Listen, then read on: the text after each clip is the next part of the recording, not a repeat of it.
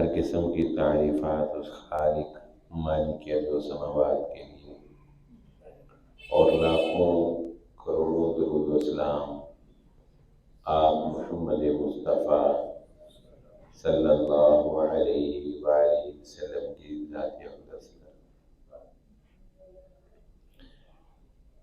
شیطان کے حملوں میں سے ایک حملہ انسان کے اوپر یہ بھی کیا جاتا ہے کہ انسان کے لیے چیزوں کی حقیقت کو بدل دیا جاتا ہے۔ وہ چیز جو آپ کے لیے نقصان دہ ہوتی ہے، شیطان آپ کو وہ چیز آپ کے فائدے کی بنا کر پیش کرتا ہے۔ آپ سمجھتے ہیں کہ آپ کا فائدہ ہو رہا ہے، حالانکہ آپ کا نقصان ہو رہا ہوتا ہے۔ اور وہ چیزیں جو آپ کے لیے فائدہ مند ہوتی ہیں، شیطان اپنے پورے لاؤ لشکر کے ساتھ آپ کا ذہن یہ بنا دیتا ہے کہ ان چیزوں کو آپ اپنے لیے نقصان دہ سمجھ کر چھوڑنا شروع کر دیتے ہیں۔ اس کو کئی ایک مثالوں سے سمجھا جا سکتا ہے۔ مثال کے طور پہ چلیں دنیاوی اعتبار سے میں ایک مثال آپ کے سامنے رکھتا ہوں۔ 1970 کے اندر تقریباً 1970 میں نیسلے ایک کمپنی، ملٹی نیشنل کمپنی ہے، آپ جانتے ہیں۔ نیسلے نے ایک بیبی فارمولا کے نام سے ایک پاؤڈر والا دودھ جو ہے وہ بنایا۔ اس کے اوپر کافی سرچ کی، کافی تحقیق کی، اور اس کے بعد بیبی فارمولا کے نام سے ایک دودھ بنایا گیا۔ جب اس دودھ کو مارکیٹ میں لانچ کیا گیا تو نیسلے والوں کو یہ پتہ چلا کہ اس دودھ کی ڈیمانڈ جو ہے وہ صرف 1% ہے۔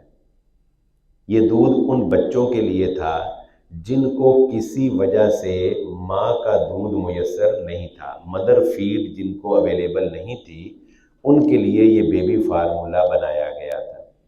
نیسلے کو پتہ چلا کہ پوری دنیا میں صرف 1% بچے ہیں کہ جن کو اس فارمولے کی ضرورت پیش آئے گی۔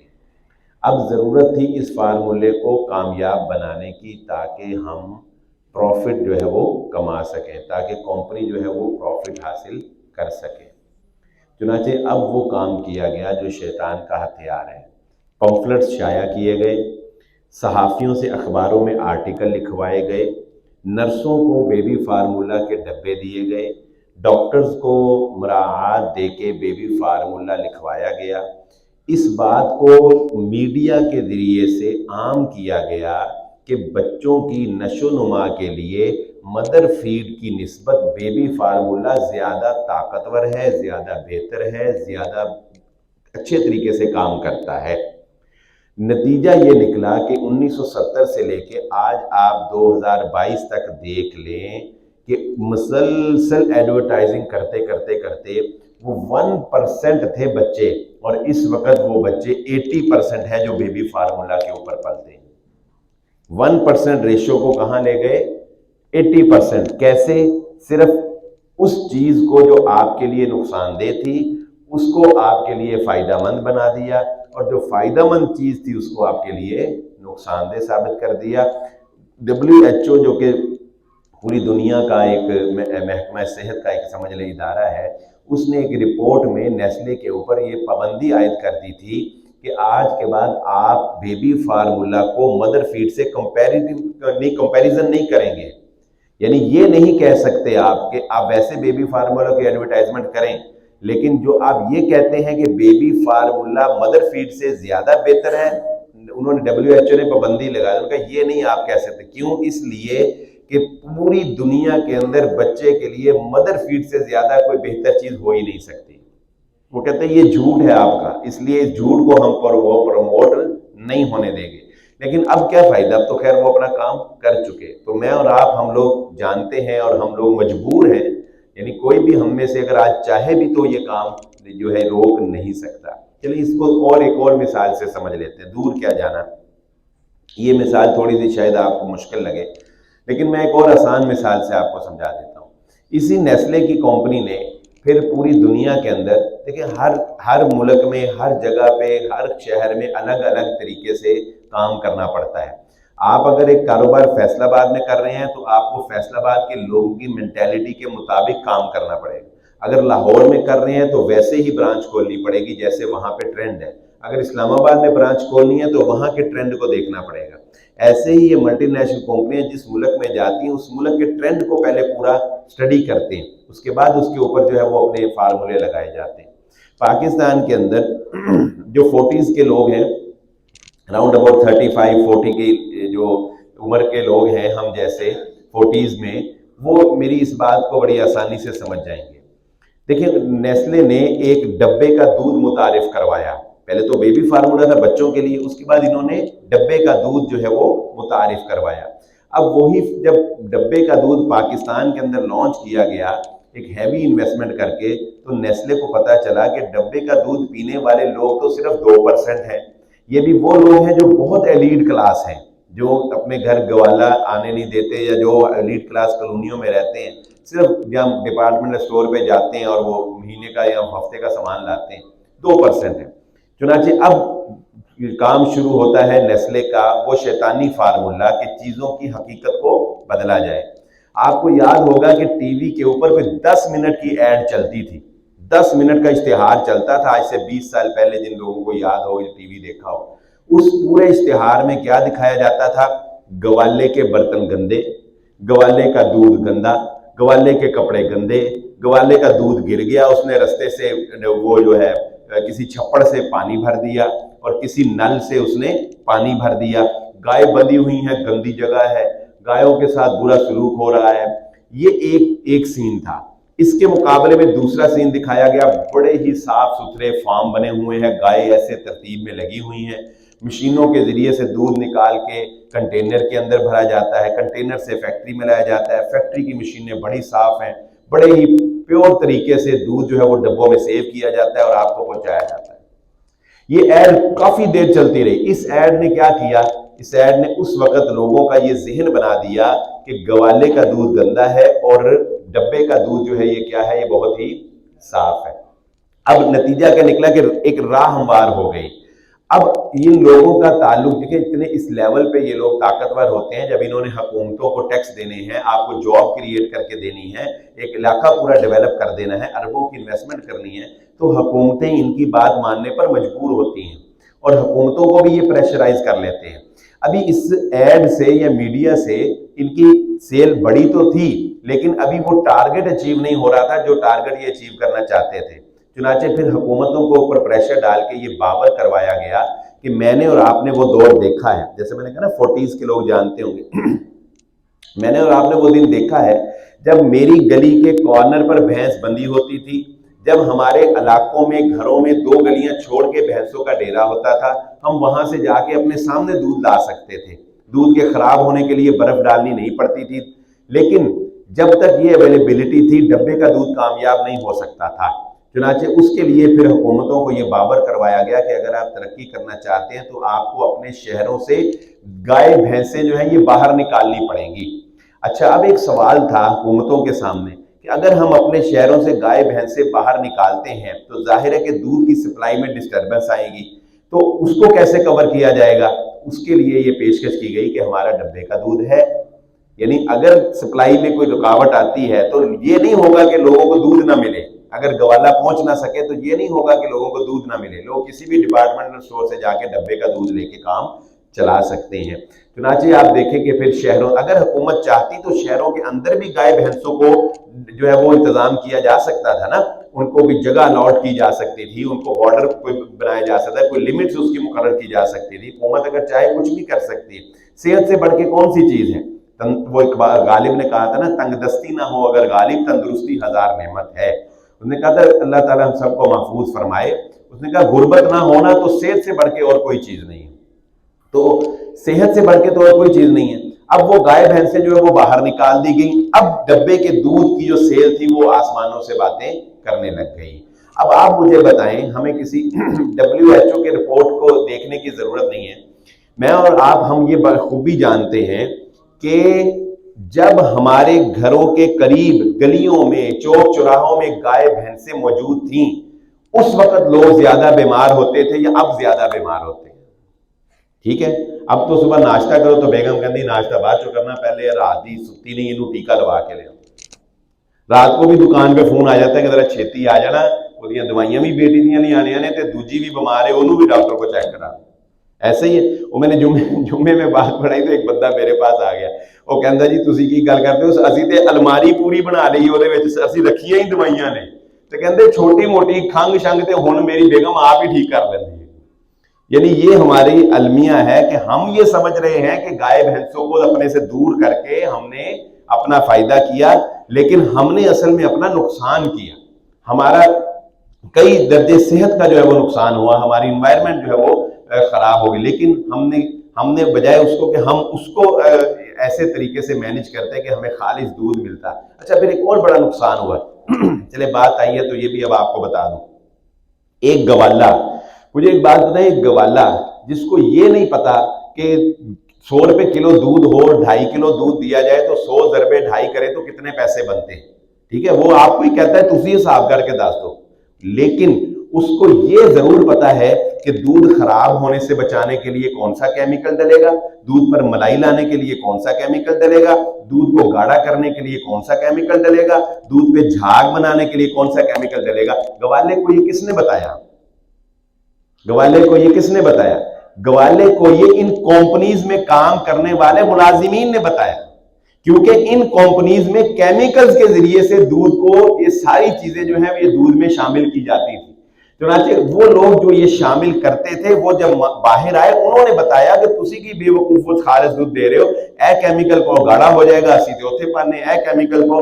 چنانچہ آج جو ہمیں کیمیکل سے بڑا دودھ ملتا ہے یہ بھی ان کمپنیز کی مرہون منت ہے، ورنہ گوالوں کی بلا جانے کے کیمیکل کون سا اور کون سا کیسے استعمال کرنا. اور پچھلے دنوں آپ کو یاد ہوگا جب ایک فوڈ انسپیکٹر نے چھاپا مارا تو وہ بھی حیران ہو گیا کہ ایکسپائر کیمیکل اور ٹوٹل کیمیکل سے بنا ہوا دودھ، 1 لیٹر دودھ سے 40 لیٹر دودھ بنا کے وہ عوام کو پلا رہے ہیں. ٹھیک ہے، یعنی بتانے کا مقصد کیا ہے، ان 2 مثالوں سے آپ کو یہ بات سمجھ آ جائے گی کہ چیزوں کی جب حقیقت بدل جاتی ہے، جب شیطان چیز کی حقیقت بدل دیتا ہے تو وہ چیز جو آپ کے لیے نقصان دہ ہوتی ہے آپ اس کو فائدہ مند سمجھ کے کھا پی رہے ہوتے ہیں، اور وہ چیز جو آپ کے لیے فائدہ مند ہوتی ہے آپ اس کے لیے نقصان سمجھ رہے ہوتے ہیں. اس کو ایک حاضر کی مثال سے سمجھ لیتے ہیں. پچھلے دنوں میڈیا کا دور ہے اور آپ کو پتا ہے کہ میڈیا کے اوپر آج کل ایک بڑا ٹرینڈ ہے کہ کوئی نہ کوئی آپ کی ویڈیو، کوئی نہ کوئی آپ کی بات جو ہے وہ کہتے ہیں جی وائرل ہو گئی. وائرل ہونے کا مطلب یہ ہوتا ہے کہ لاکھوں لوگوں نے اس کو دیکھ لیا بڑی سپیڈ کے ساتھ. یہ نہیں کہ 2 سالہ جو لکھاں بندہ نے دیکھا، نہیں، 2-3 دن میں کچھ 40-50 لاکھ لوگوں نے یا 1.5 کروڑ لوگوں نے دیکھ لیا. ہر موبائل میں وہ پہنچ گئی، 80% لوگوں کے موبائلوں میں وہ پہنچ گئی. تو ہم کہتے ہیں کہ یہ وائرل ہو گئی. ٹھیک ہے، اب پچھلے دنوں ایک عائشہ نامی لڑکی کا ڈانس وائرل ہو گیا. ٹھیک ہے جی، سوشل میڈیا پہ اور ہر میڈیا پہ پاکستان کی لڑکی، اس نے اپنی ایک سہیلی کی مہندی پہ یا شادی پہ شاید ڈانس کیا، وہ کسی گانے پہ وہ ڈانس جو ہے وہ وائرل ہو گیا. اب وہ ڈانس وائرل ہو گیا، ہمارا ایک المیہ یہ بھی ہے کہ ہم جو چیز وائرل ہوتی ہے نا اس کو پھر ری وائرل کرتے ہیں. یعنی وہ تو چلو وائرل ہو گیا، وائرل ہونے کا مطلب تھا کہ 80% لوگوں نے دیکھا، لیکن اب ہم نے ایک دفعہ پھر لوگوں کو دکھایا. کیسے کہ اب ہم نے اس کے انٹرویوز کیے، اب ہم نے اس کو اور نشر کیا، اب ہم نے اس کو اپریشیٹ کیا، اب ہم نے اس کے فضائل اور مناقب بیان کیے، اب ہم نے اس کو بتایا کہ تو نے بڑا تیر مارا ہے، تیرا کیا، تیری لائف بن گئی.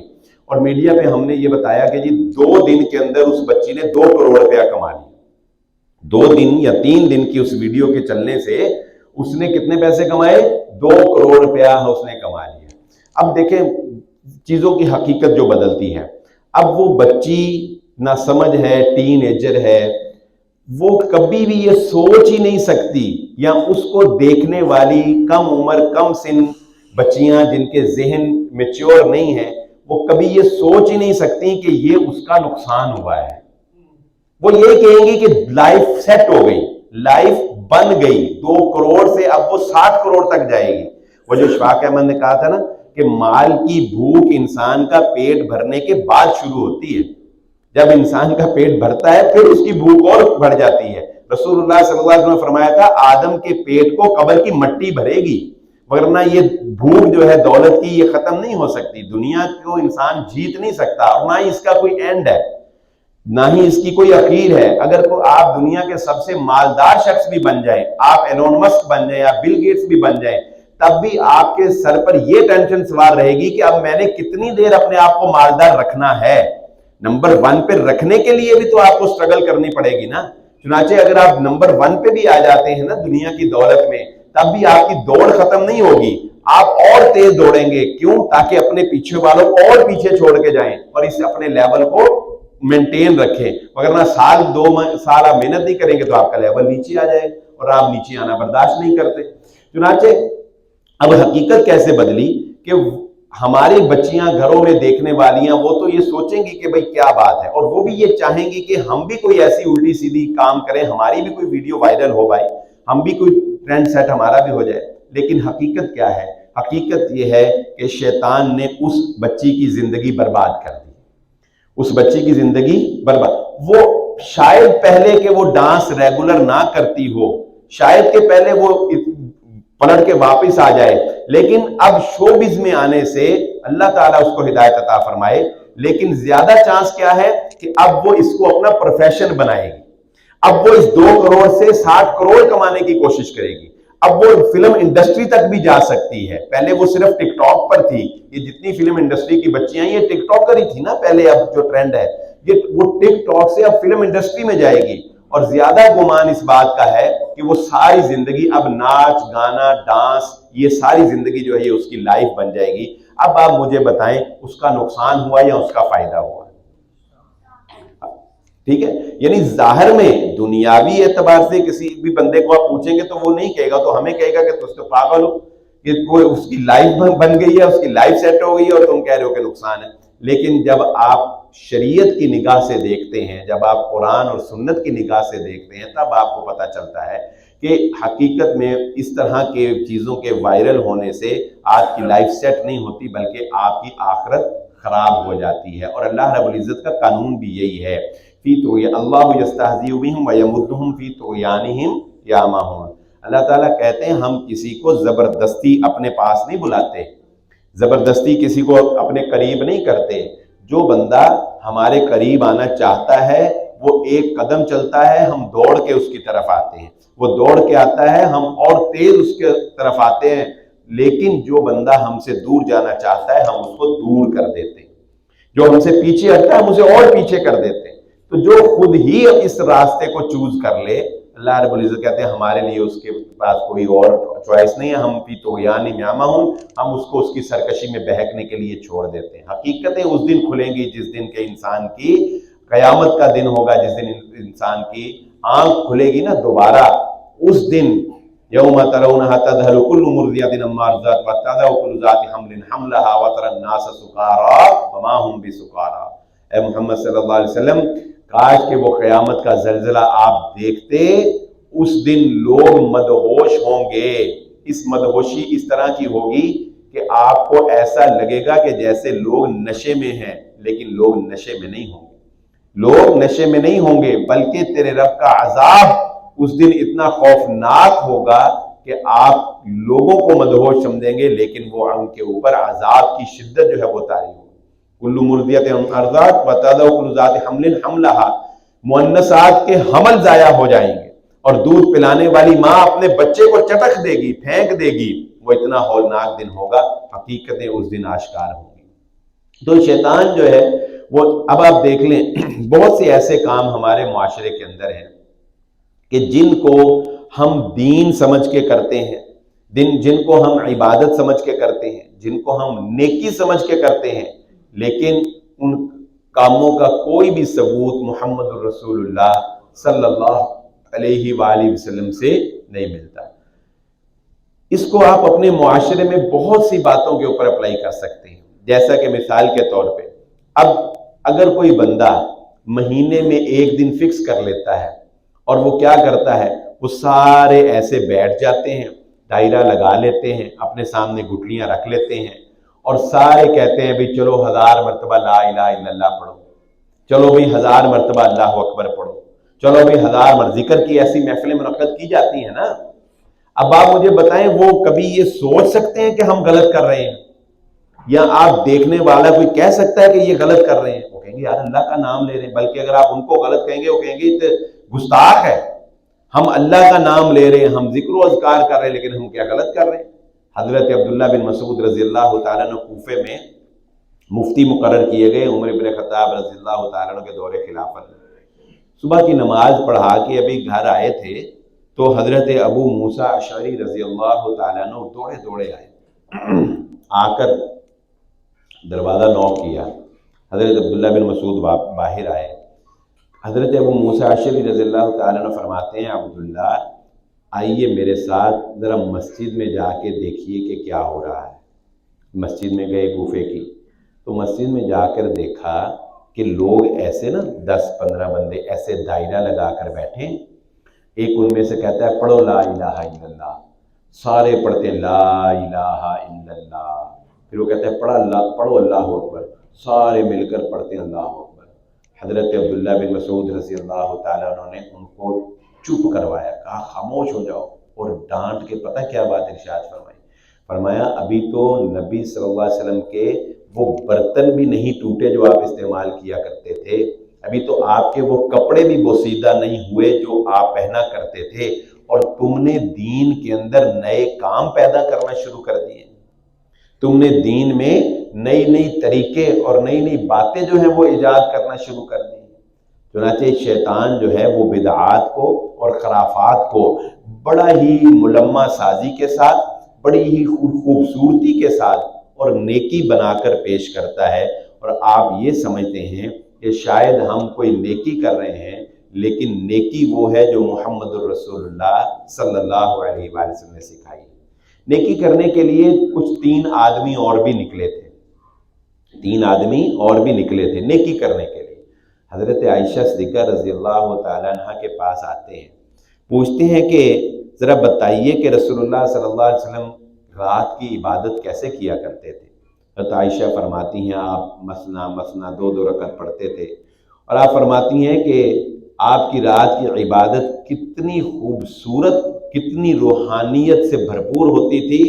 لا تسأل عن حسنہن، اس کے حسن کے بارے میں سوال نہ کرو، وہ ناقابل بیان، اتنی خوبصورت عبادت.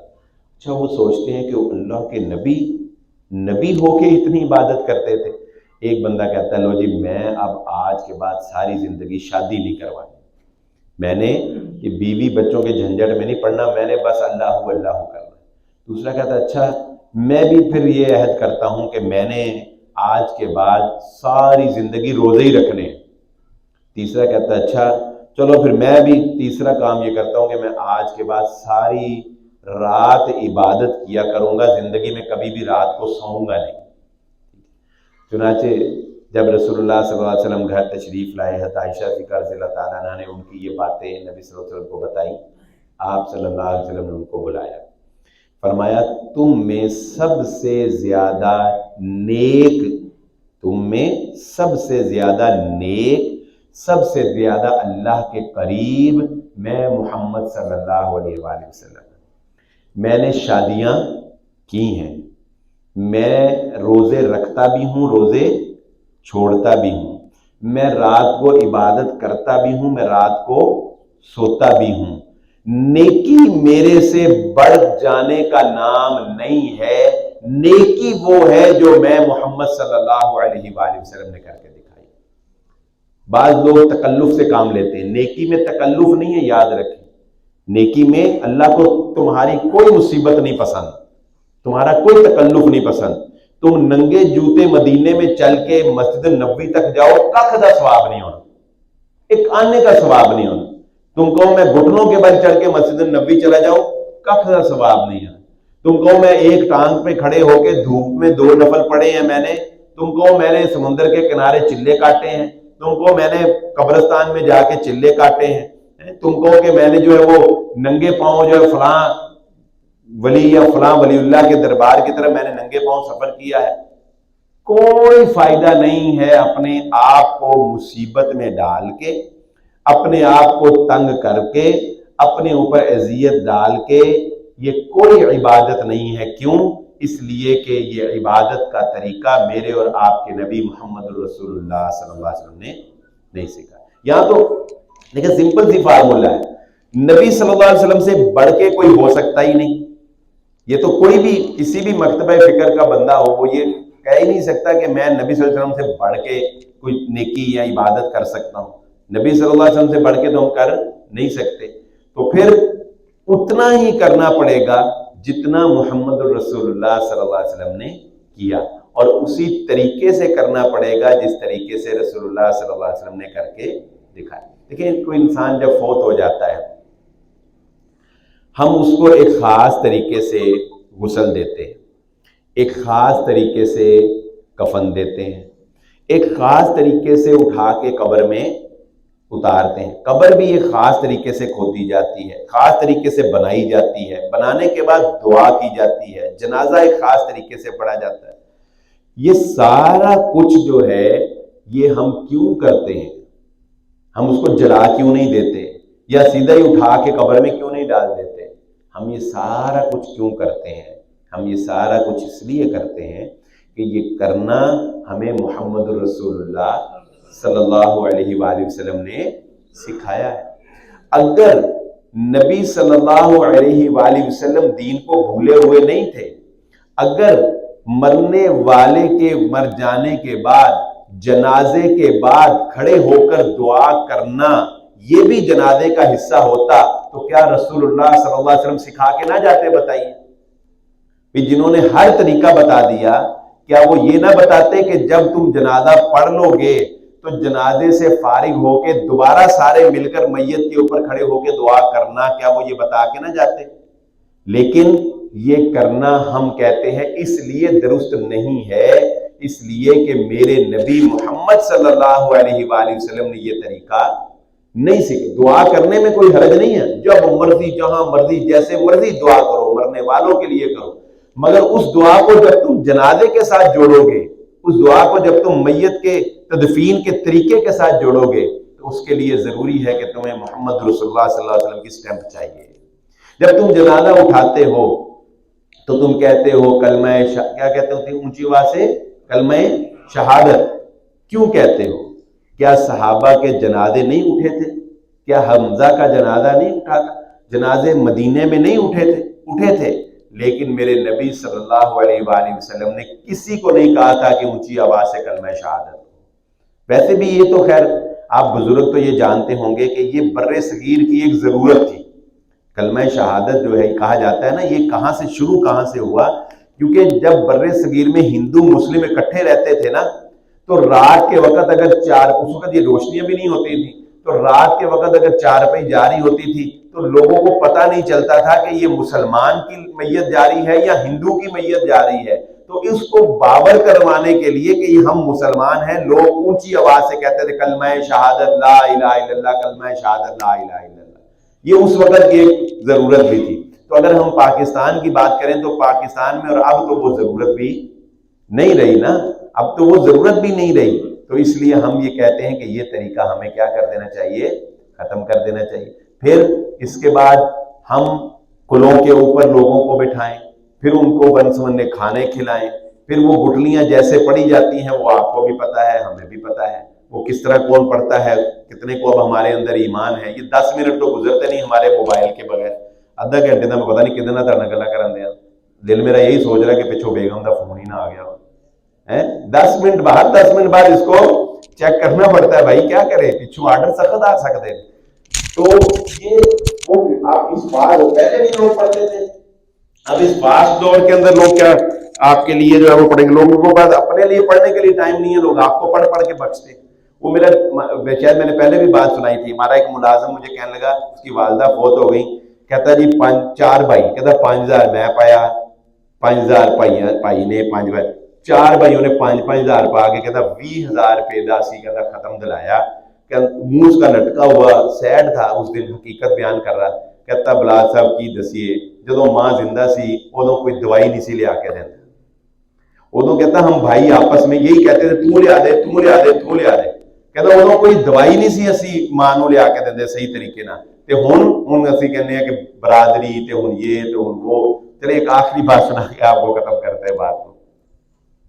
ایک نا میرے دوست ہیں, ان کے نا والد صاحب ریٹائر ہو گئے 60 سال کی عمر کے بعد, تقریباً 65 سال کی عمر جب ان کی ہوئی نا, تو اس 60 سال کے بعد جب بندہ ذرا لائف میں اس کی وہ مصروفیت ختم ہو جاتی ہے تو بندہ ذرا اسٹڈی کرتا ہے, پڑھتا ہے قرآن حدیث کتابیں. انہوں نے جب پڑھا تو انہیں پتہ لگا کہ یہ ختم چلیسوے یہ سارے جو ہے یہ کہیں قرآن و سنت میں نہیں ہیں. تو اسی طرح ان کے دوست بیٹھے ہوئے تھے. آپ کو پتہ ہے اس عمر میں کچھ 8-10 گیدرنگ والے دوست تو بندے کے ہوتے ہیں نا, 8-10 دوست ایسے بیٹھے ہوئے. انہوں نے اپنے بیٹے کو بلایا اور اپنے دوستوں کو کہنے لگے کہ یہ میرا بیٹا گواہ اور آپ سب لوگ گواہ ہو جاؤ کہ بیٹا مرنا تو ایک دن ہے ہی. انہوں نے کہا میں جس دن مر گیا میری یہ وصیت ہے کہ نہ میرا کوئی ختم ہوئے گا, نہ میرا کوئی تیسرا, نہ میرا کوئی 7واں 10واں 40واں کچھ نہیں ہوئے گا, میں یہ وصیت کر کے جا رہا ہوں. بیٹا کہتا جی بالکل ٹھیک ہے. بیٹا جانے لگا تو اس کے دوست کہتے ہو ٹھہر جا, ادھر آ کہتے ایڈا تو سیانا رہندا نہیں, ساری عمر ساڈے کھاندا رہا تے اپنی باری آئی تے بھابی ہو گیا. کہتا اسی تیرے کو کھانا ضرور کھانا تو بھاوے ختم دلائی یا نہ دلائی, اسی تیرے کو روٹی پائی ضرور کہ ساری عمر ساڈے نال بہ بہ کے کھاندا رہا, ہن اپنے مرن دی واری تے کہندا میں نہیں کھوانا, تے مینوں سمجھ آ گئی. اتنا نہیں کہتے ہن. تو بات یہ ہے کہ چکر صرف کھانے کھلانے کا ہی ہے. چکر صرف یہی ہے کہ تو کھواتا تے میں کھوانا, تے انہوں نے کھواتا تے میں نے کھوانا, تے میں واری پوری کرنی. واریوں کا چکر ہے, دین کا کوئی چکر نہیں. تو شیطان نے ان چیزوں کو ہمارے لیے خوشنما بنایا ہوا ہے, ان چیزوں کو دین بنایا ہوا ہے, حالانکہ یہ چیزیں دین نہیں ہیں. نماز چھوٹ جانے کا اتنا غصہ یا اتنا غم یا اتنی تکلیف نہیں ہوتی, ختم نہ دلوانے کی تکلیف زیادہ ہوتی. آپ سروے کر کے دیکھیں نماز کہاں نماز اور کہاں ختم. نماز چھوڑ دو کوئی مسئلہ نہیں, جھوٹ بولو کوئی مسئلہ نہیں, حرام کماؤ کوئی مسئلہ نہیں, بےایمانی کرو کوئی مسئلہ نہیں. لیکن اگر ختم نہ دلایا تو بس سمجھ لو کہ تسی ماں باپ دے نافرمان ہو, تو قدر ہی نہیں ہے ماں باپ دی, بس رونا دی روح اتنے تڑپن دئی ہے تو تسی مولوی نو کھانا نہیں بھیجے. ٹھیک ہے, یہ سب باتیں جو ہیں یہ خود ساختہ اور دین کو ایک خوشنما بنا کے شیطان نے ہمارے لیے پیش کیا. اللہ رب العزت سے دعا ہے, روٹی تاڑی لیٹ کرتی گلا گلا. اللہ رب العزت سے دعا ہے اللہ تعالیٰ مجھے اور آپ کو جو کہا جو سنا سمجھنے کی اور عمل کرنے کی توفیق عطا فرمائے. واخر الدعوانا الحمدللہ رب العالمین.